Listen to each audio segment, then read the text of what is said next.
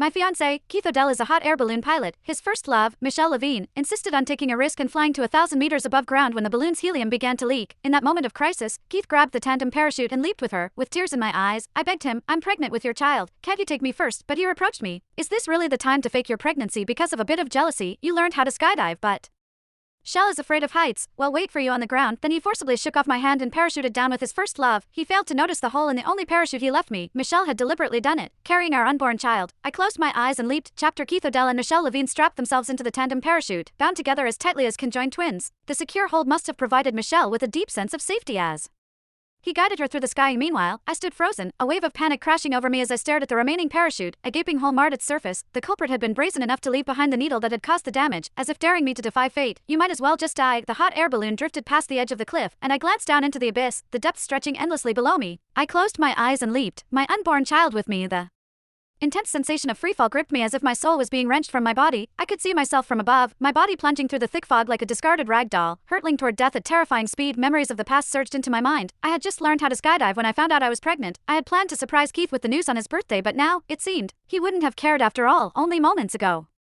I had begged him over and over again, "Impregnant, please, take me first." His patience had worn thin. Shell is terrified of heights, and she has a heart condition. I can't leave her alone. "If you're going to fake a pregnancy, at least pick a better time, I swear." In not lying, he was furious. "Astrid, could you just be reasonable and stop causing trouble for everyone?" Keith ignored me completely as he fastened the parachute safety straps around Michelle. Meanwhile, I was on the verge of disaster.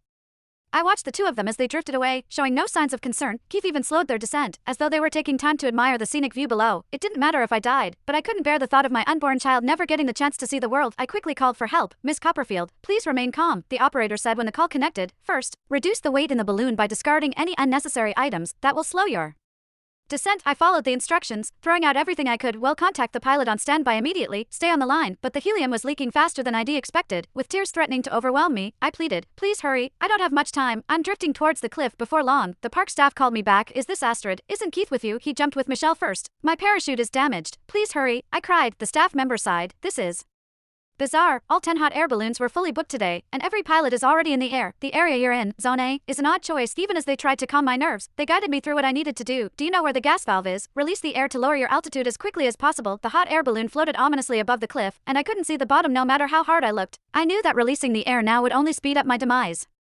"I can't release the air. The balloon is hovering too high above the cliff. The drop would be too severe." The staff member hesitated. "Don't panic. Keith has already jumped." "Right. Once he's back, he'll have him get to you immediately." Anxiety gnawed at me as I questioned whether Keith had landed safely. He was my only hope, the most skilled one who could come back to save me. With a faint glimmer of hope, I called him 3 times before someone finally picked up. "Keith, please help me."